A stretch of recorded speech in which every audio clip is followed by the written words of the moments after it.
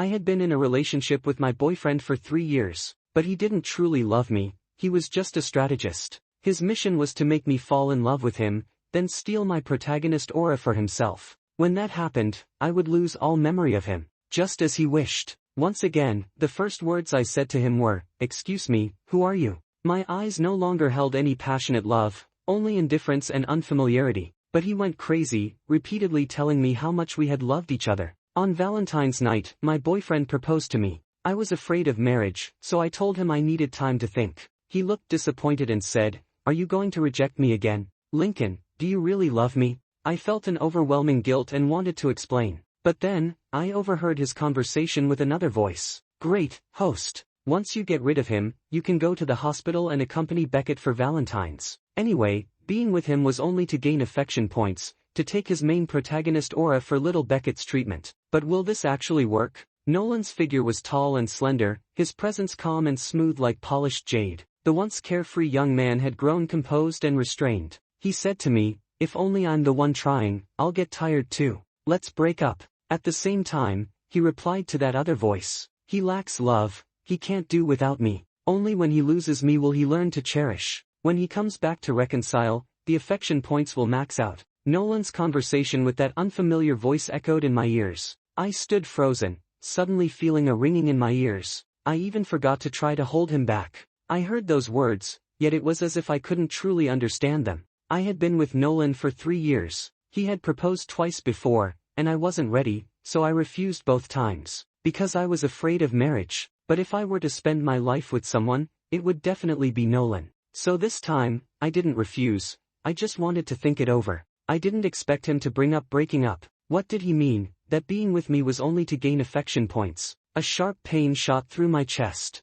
I put on the ring he had left me and chased after him. I wanted to believe it was just my imagination, that I had misheard. I couldn't accept that it was true. Until I followed him to the hospital and saw him, with my own eyes, caring for a boy in a patient gown. He even brought flowers. Breaking up with me, yet spending Valentine's with someone else. Nolan was gentle with him. I had never seen this side of him before. The boy's eyes were full of reliance. Clearly, this wasn't the first time. I knew the boy, his name was Beckett, also an Omega. I smelled Nolan's pine and cypress scent on him. Nolan had marked him. My boyfriend had marked another Omega. I met Nolan in high school. That day, I had failed a test and didn't dare go home, sitting on the staircase crying. Nolan caught me like that. He carried his backpack, standing in the sunlight, a smile at the corner of his lips. "Hey, whose kid is crying at my doorstep?" He was like a stone thrown into my still waters, sending ripples across my heart. We were in the same grade, but he was in class 3. An alpha, smart and handsome, well known across the school. After that day, we often studied together, encouraged each other, and agreed to apply to the same university. I was the only Omega by his side, but there was someone different. One time at the library, Nolan was explaining a problem to me,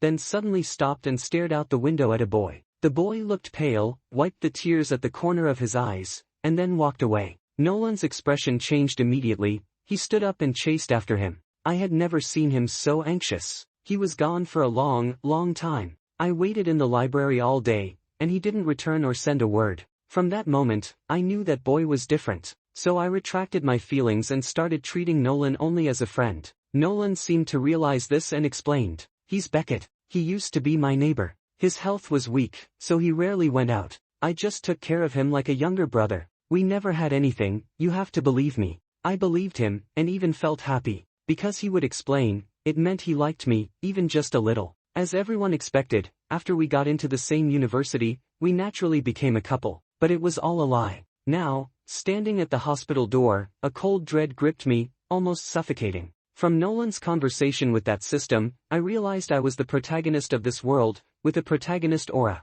And Nolan was a strategist. His purpose was to seduce me. Once I fell in love with him, he would take my fortune to heal Beckett. At that moment, I would lose all memory of him. I replayed every moment of the 3 years I had spent with Nolan. Suddenly, I realized I had never truly seen the lover who was with me every day. What I thought was salvation, the light in my life, was actually a calculated approach all along. The memories that had touched me, the ones I cherished in my heart, were built on deceit and manipulation. At this moment, they crumbled, revealing a rotting, corrupt core. 3. A dense, intertwining pain gripped my chest. I wandered out of the hospital in a daze and took a taxi home, but I didn't expect an accident to happen. My mind went blank. The screech of tires, a black car out of control suddenly breaking through the guardrail and crashing into the taxi I was in. I watched helplessly, unable to react. When I opened my eyes again, I was staring at the white hospital ceiling. By the window, I heard a man's voice on the phone. "Nolan, Lincoln's been in a car accident.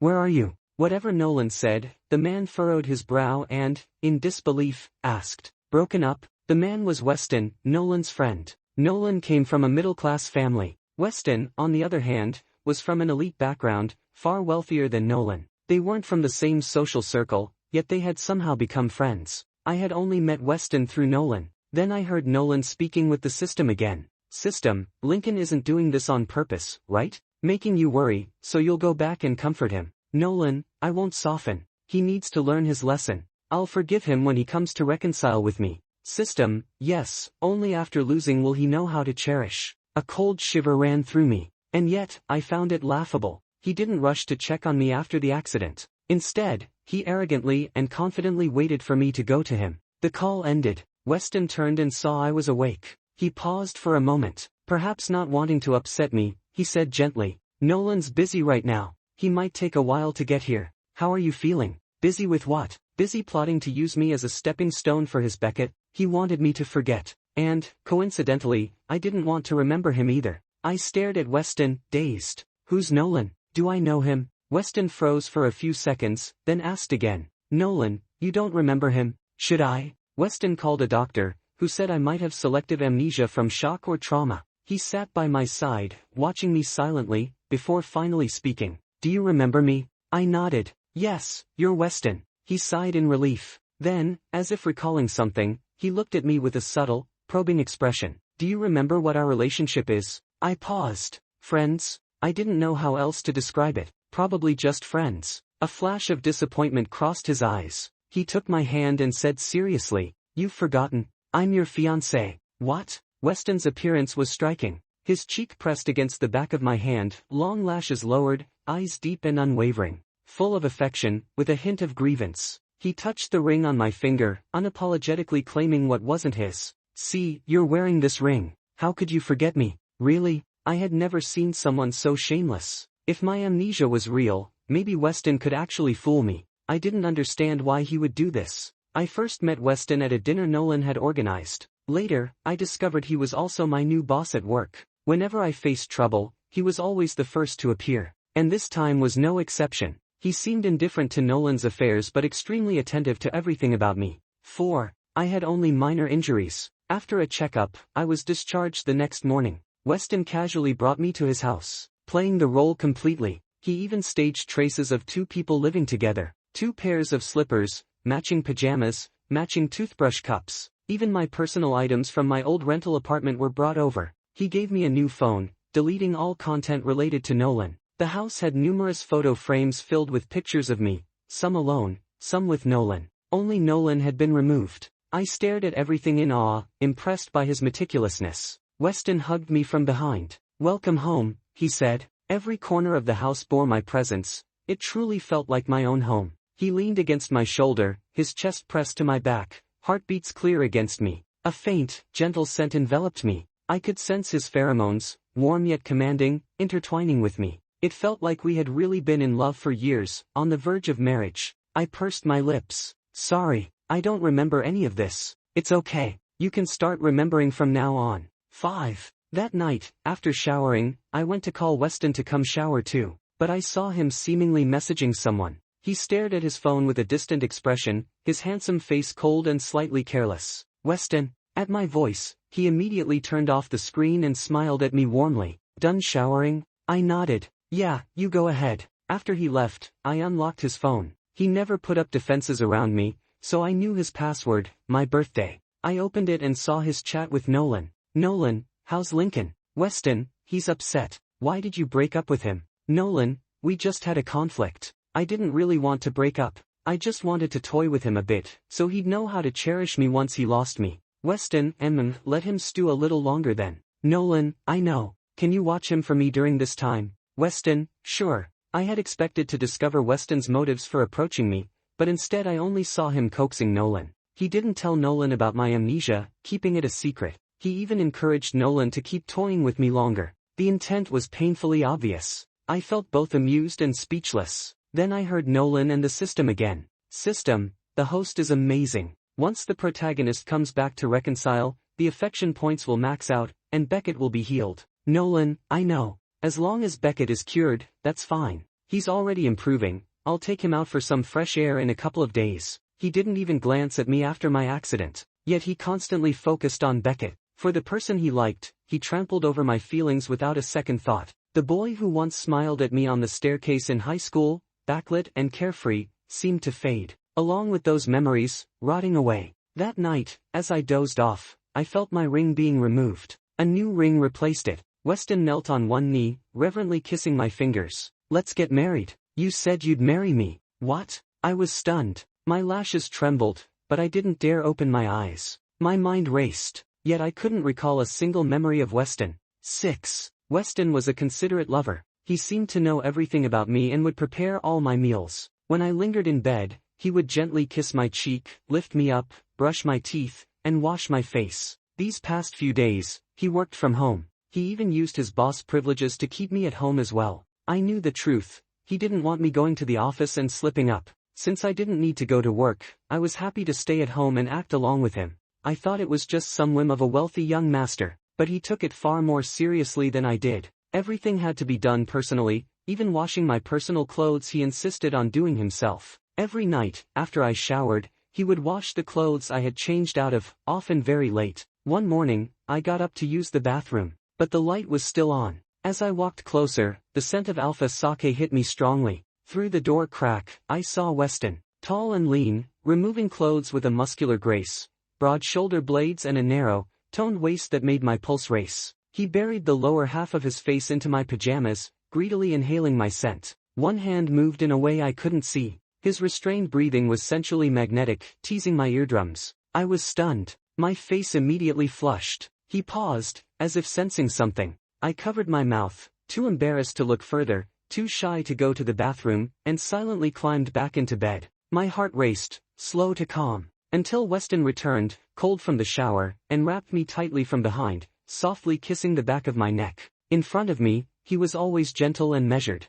I hadn't realized he had been restraining himself. The next day, I refused his help with the laundry. Immediately, he looked disappointed, as if I were a heartless villain. But we used to do this together. Did I do something wrong? Used to do this? When did we ever have a used to? I bit back my words, feeling helpless. No matter what I said, he would never oppose me. Yet when I looked into his eyes, I always softened. 7. Weston's study had a huge portrait of me. It was from my college graduation. His desk was also filled with my photos. I was shocked the first time I saw them. I half joked, wondering if he was a secret superfan. It made me laugh. I asked him deliberately, "Why are all the photos just of me? Don't we have any of us together? Aren't we a couple?" Weston didn't slip up. Instead, he climbed onto the subject smoothly. He looked at me, raising his gaze. "Yes, why don't we go on a date? Then we can have photos together." 8. Then Weston took me to an ice rink. We took dozens of photos. After we got tired, he went to buy water.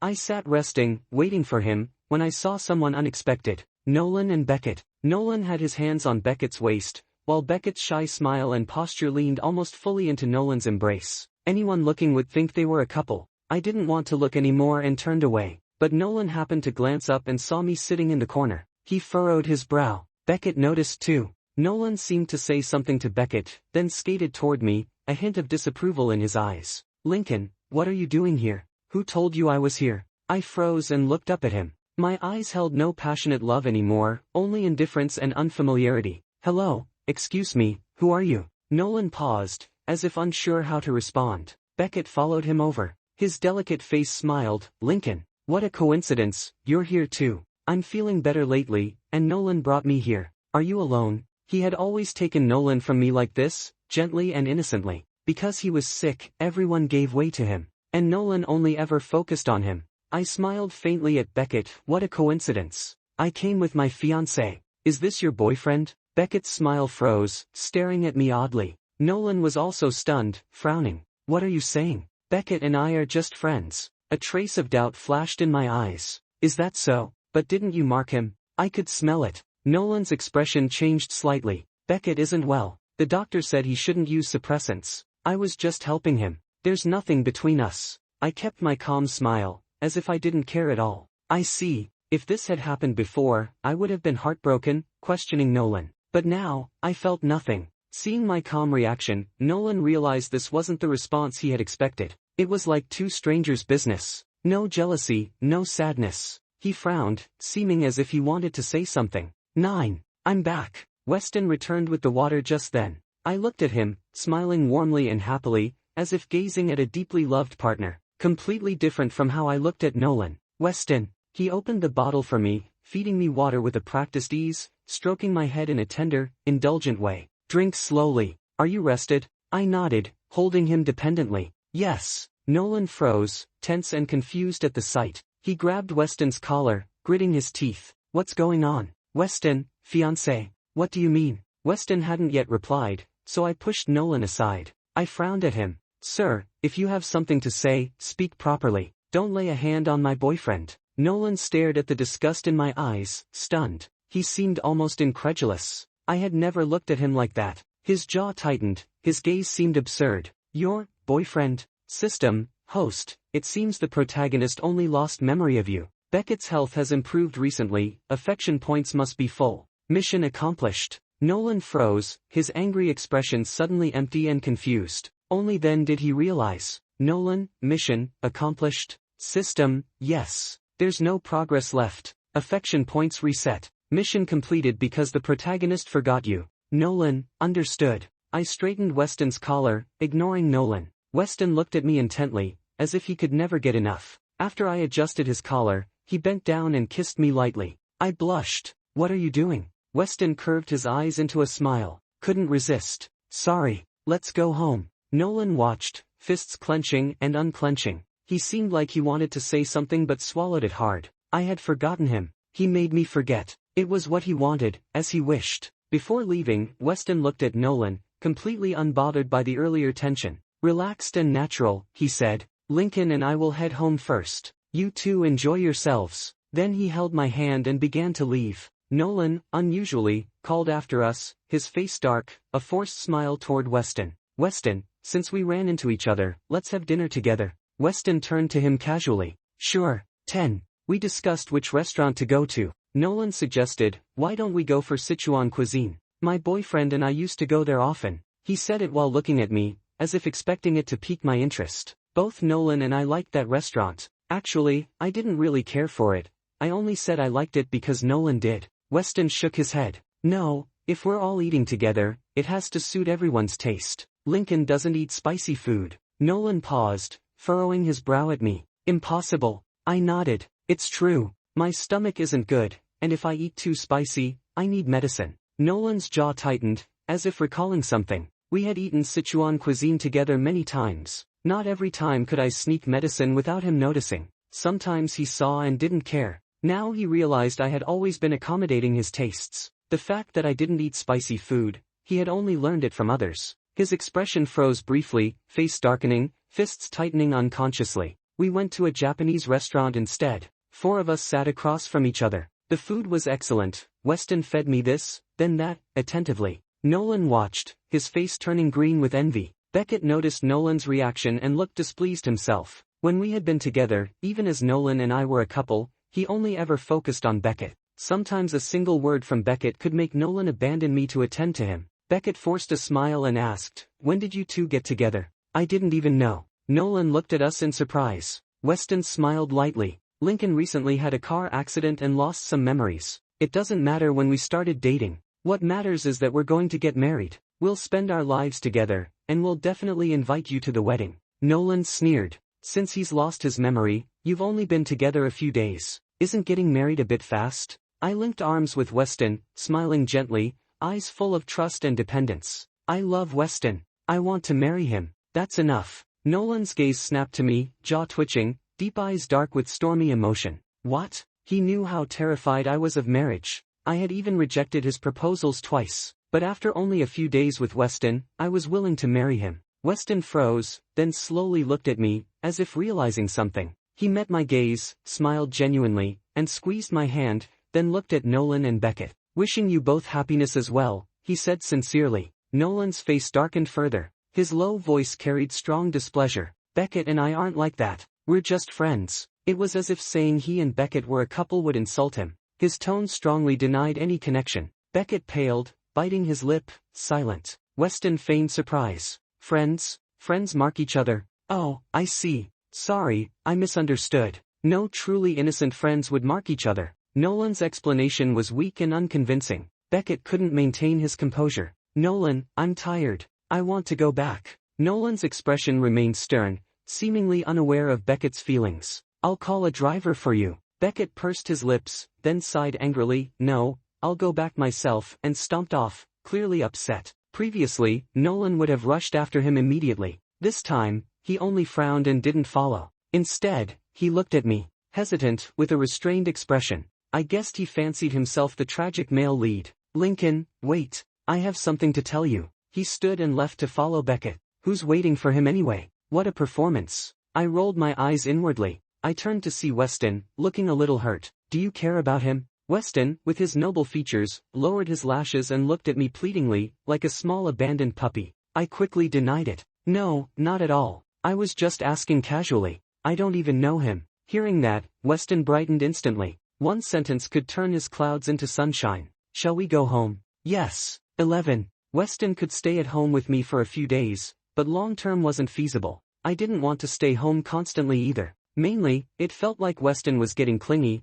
as if forgetting his responsibilities. So I suggested going back to work. Weston reluctantly agreed. Then I saw him sending red envelopes to my team, each one 90,000. I guessed it was hush money. Only a few people knew my boyfriend was Nolan. I opened his chat with Nolan and saw the messages. Nolan, Weston, is this how you watch Lincoln for me? I trusted you as a friend, and you're trying to steal him. Weston, you two are broken up. He's single. Nolan, he lost his memory. You're deceiving him. His boyfriend is me, not you. Weston, where were you when he had the accident? On a date with someone else? You don't cherish him. Someone else will. Nolan, you won't succeed. The person he loves is me, not you. Weston, then try if you dare. Nolan was confident I would fall for him again. I had been too foolish, too devoted, giving him reckless courage to deceive and use me. Nolan didn't usually post on social media, but last night he did. I caught a minor cold, and someone stayed up with me all night worried. Let's see if you can make me angry. Wasn't it you I worried about?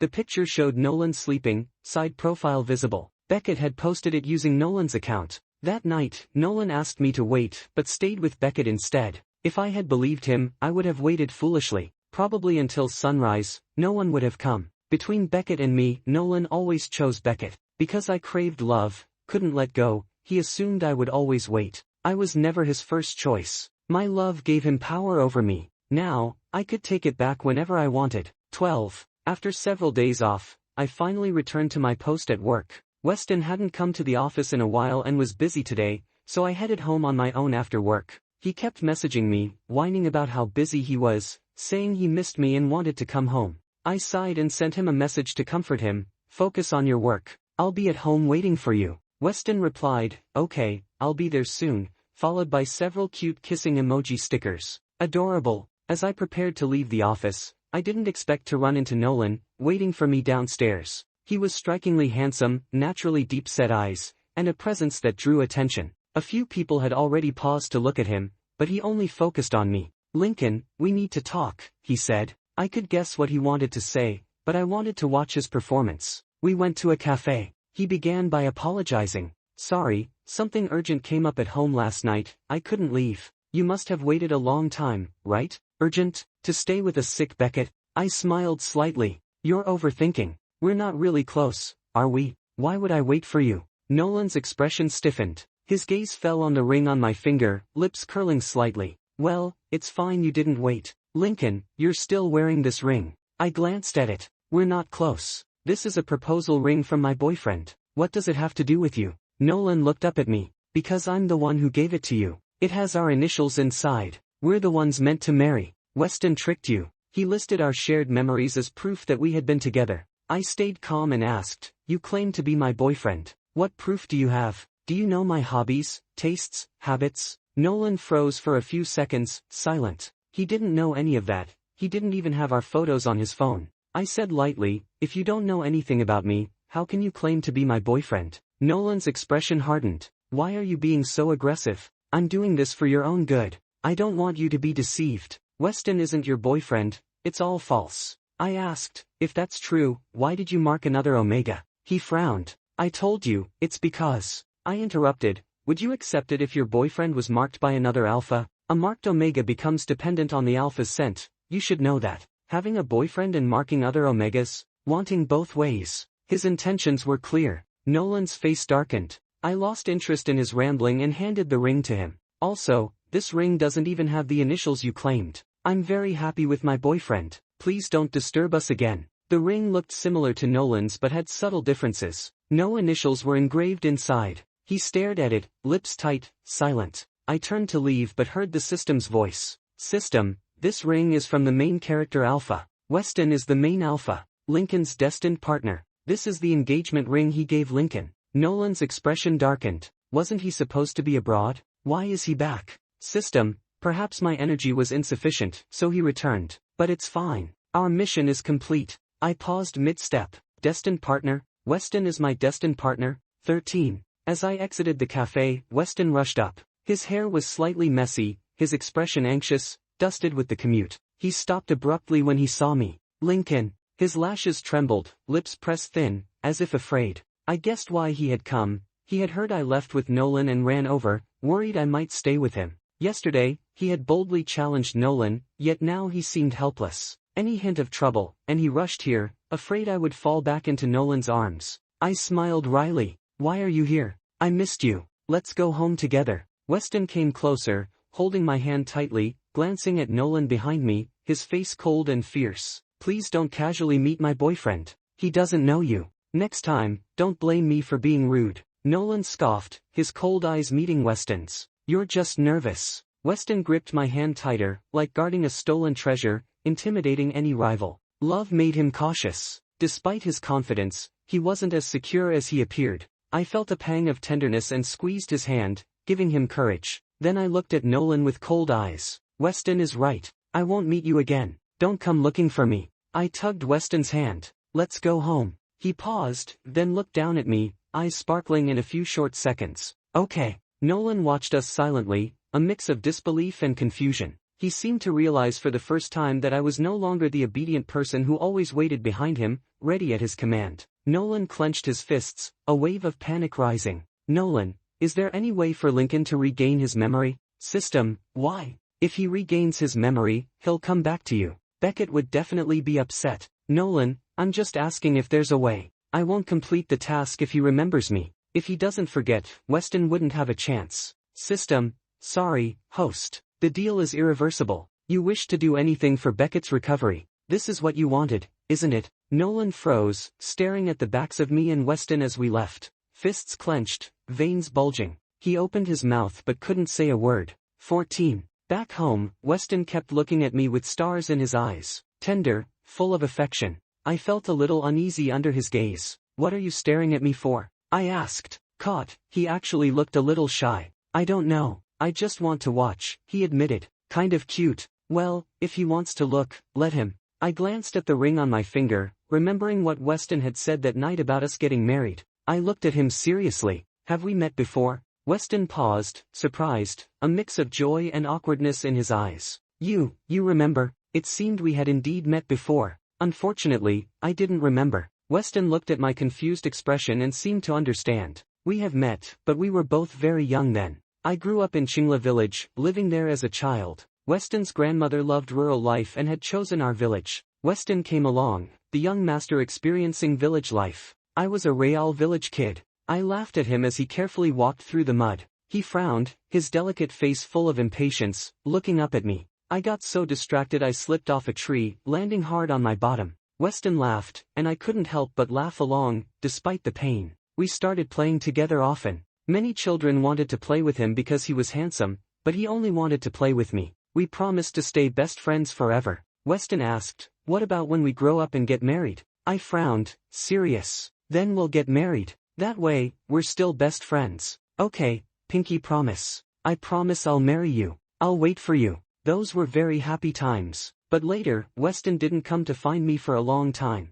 When I went looking for him, his house was empty. Something happened at his family home, and he went abroad. By the time he returned, I had moved away for school. I had given him the wrong name, and he couldn't find me. A fog in my memory seemed to lift, and things became clearer. Then Nolan appeared in my life. The system had disrupted Weston's path, and Nolan took over his storyline. But Weston, who should have stayed abroad, came back. He found me, but by then, I was already with Nolan. All those childhood promises were remembered only by him. Keeping a long-forgotten promise while watching me like someone else. He must have been hurt. I felt guilty. I'm sorry. Weston looked down at me, a smile in his eyes. It's not your fault. I wasn't there to wait for you. That was in the past. What matters is the present, and the outcome is good now. 15. After that day, I thought Nolan and I had completely fallen out. With his personality, he wouldn't come looking for me again. After all, I was just a mission target for him. Now that the mission was complete, there was no reason to entangle with me further. But instead, he became more persistent.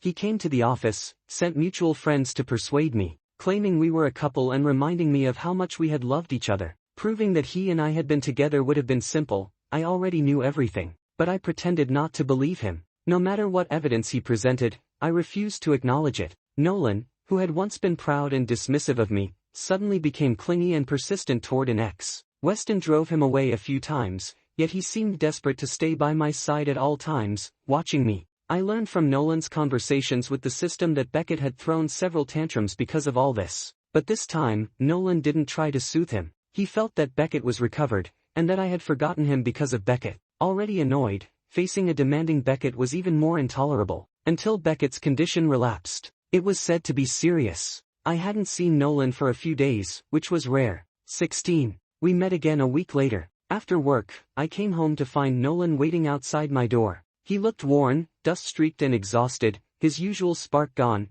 replaced by a weary shadow. When he saw me, his gaze dimmed, and a trace of self-mockery appeared in his eyes. Lincoln, you didn't lose your memory, did you? His mission hadn't succeeded. Beckett's illness hadn't healed. It was only a matter of time before he realized I had deceived him. Yes, I didn't lose my memory. Nolan clenched his fists. Then why did you lie to me? Was it fun to play with me? I smiled. Who lied first? Huh? Wasn't it supposed to be that I'd only know how to cherish you after losing my memory? And now you come to me because your mission failed, planning to deceive me again. His pupils shrank. His expression shifted from anger to shock, frozen by my words. Why? But he had no energy left to argue. He stepped forward to grab me, but I dodged. His face was pale, eyes bloodshot. After I avoided him, he paused, lips trembling. It's not like that. This mission wouldn't hurt you. I just wanted to use your fortune to heal Beckett. You'd only lose your memory, but it could save Beckett's life. I was thinking that after the mission, when you'd lost your memory, I could win you back, and everything would be like before. Isn't that enough? I have nothing with Beckett. The one I love is you. I laughed angrily. Because you have nothing to lose, it's fine to take from others, right? I'm the protagonist, so I'm supposed to be your target, supposed to have my spotlight taken away by you. And the suffering I endured, you don't mention it at all. Back then, my family's shop went bankrupt, leaving us in debt. My parents often argued, even got physical, and the home atmosphere was suffocating. I could only hope for holidays, longing to return to the countryside. But after my grandmother passed, I had nowhere to escape. I had secretly hoped Nolan would appear, but feared it at the same time. Every encounter left me exposed and vulnerable. I feared him seeing how broken my home life was. But Nolan did appear. He kicked open the door and found me collapsed on the floor. Before I lost consciousness, I saw the worry and fear in his eyes. He held me in his arms, warm tears falling on my face. He repeatedly begged me not to sleep, apologizing, blaming himself for failing to protect me.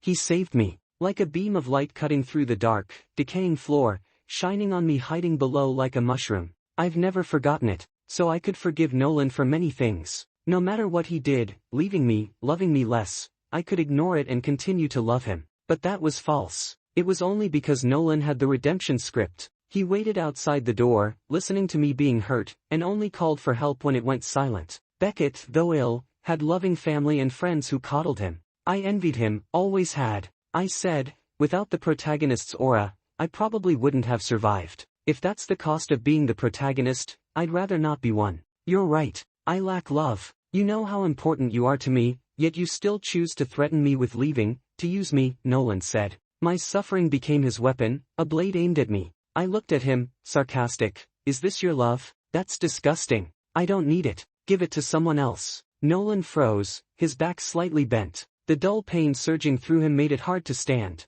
He dreaded meeting my gaze. A cold wind lifted his wrinkled jacket corner, making him look lonely and desolate. His eyes red, he stepped forward and grabbed me. I'm sorry. I'll make it up to you. Just give me one chance. We loved each other so much before. I know I was wrong. Please, give me one more chance. He clung to me as if he couldn't comprehend human words. Then he seemed to remember something, staring blankly, marking, if I mark you, you'll love me again. He lunged to bite me. I struggled desperately, panic surging inside me. The natural alpha-omega strength difference left me at a disadvantage. But then, Nolan was suddenly yanked away by Weston, who had arrived without me noticing. Weston punched Nolan hard. Blood immediately appeared. Furious, Weston didn't let up, delivering blow after blow. Nolan had no strength to fight back. The strong scent of alpha sake spread oppressively. Seeing Nolan about to be seriously hurt, I rushed forward to grab Weston. Weston, that's enough. Calm down. Weston finally snapped out of it, dropping the dazed Nolan and turning to me. Are you okay? Did you get hurt? Seeing his anxious, concerned eyes, I sighed helplessly and smiled. No, the one in trouble now is Nolan. 17. Nolan was sent to the hospital, and I went home with Weston. I didn't know when he had arrived, or if he had overheard my conversation with Nolan, but sooner or later, I would have to be honest with him. I looked at him steadily and said, I need to tell you something. Weston's jaw tightened, a little unsure. Tell me what? Actually, I didn't lose my memory. I know. I paused, surprised and confused. You know, when did you find out? His eyes were dark as he fixed his gaze on me. When you said you liked me, that you were willing to marry me. Before that, you hadn't said you liked me, but in front of Nolan, you did. And you even said you wanted to marry me. Then why? Why did he say nothing, pretending not to know, continuing to play along with me? Weston said, because I don't care. No matter why you said you liked me, whether to use me or make Nolan jealous, I'll go along with whatever you want. I parted my lips, unsure what to say. My silence gave Weston a misunderstanding. His eyes flickered, a little anxious, as if he felt useless and about to be abandoned. A little pitiful. I curled my lips, asking him, you'll go along with anything, so would you go along with marrying me? Want to mark me? Weston's eyes widened, staring at me in disbelief. It was like a sudden rush of immense joy had stunned him. Yes, everything, he said. The scent of his alpha pheromones spread quickly, intertwining with mine. Weston lifted me onto the sofa. He lingered over that spot, hesitant to bite at first. I shivered in his arms, gripping the fabric of his shoulder tightly. Hurry up. If he continued teasing, I wouldn't last. The grape was about to be pierced, and the one eating it was still reluctant. Finally, Weston bit down. I shivered. His alpha pheromones infused into my glands, mixing with the grape. My waist trembled, and I buried my face into his neck. We held each other for a long time before I could regain composure. Weston thought he had hurt me. What's wrong? Let me check. He tried to lift my face, but I refused, holding him tighter. No. Weston froze. The pressure against his lower abdomen gave him a hint. His Adam's apple rolled slightly, eyes clear but with a subtle shadow creeping in. Do you want me to help you? My voice was hoarse, both frustrated and helpless. Do I even need to ask? You're my alpha. Weston immediately lifted me and headed to the bedroom. His pheromones almost boiled over, wrapping around me. Because of the marking, I could sense his emotions. He was overwhelmingly happy. He showed it physically, actively helping me. He even asked if my alpha was strong enough. I was dizzy and didn't want to answer, and he would get upset. Either quick or stop, he insisted I answer. The night was indulgent. Afterward, he whispered again and again in my ear. My Omega. I lazily replied, yours. When Weston and I got married, Nolan showed up uninvited. Beckett couldn't come. He often made himself sick just to get Nolan's attention, but Nolan never came. This time, he even cut his wrist, yet Nolan remained indifferent. He was discovered early and sent to the hospital. Their childhood bond ended this way. Today, Nolan wore a black suit, like a groom. His gaze toward me was dim, filled with unresolved sadness. I'm sorry, he said. He clenched his fists, unwilling to fully accept it, feeling that Weston had stolen his place. If he treats you badly, I said, he won't. This has nothing to do with you. Weston and I recited our wedding vows under the eyes of everyone present. My happiness had finally arrived.